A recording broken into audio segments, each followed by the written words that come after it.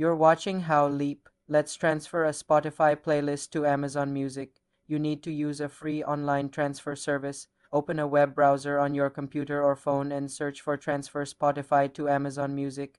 A site like Tune My Music or Soundias will work. Open the website and click Start or Let's Begin. You will see icons for different music services. First, click the Spotify icon. A window will open asking you to log into your Spotify account to authorize the connection. Log in and allow access. Next, click the Amazon Music icon. Log into your Amazon Music account to authorize it. Now, the site will show your Spotify playlists.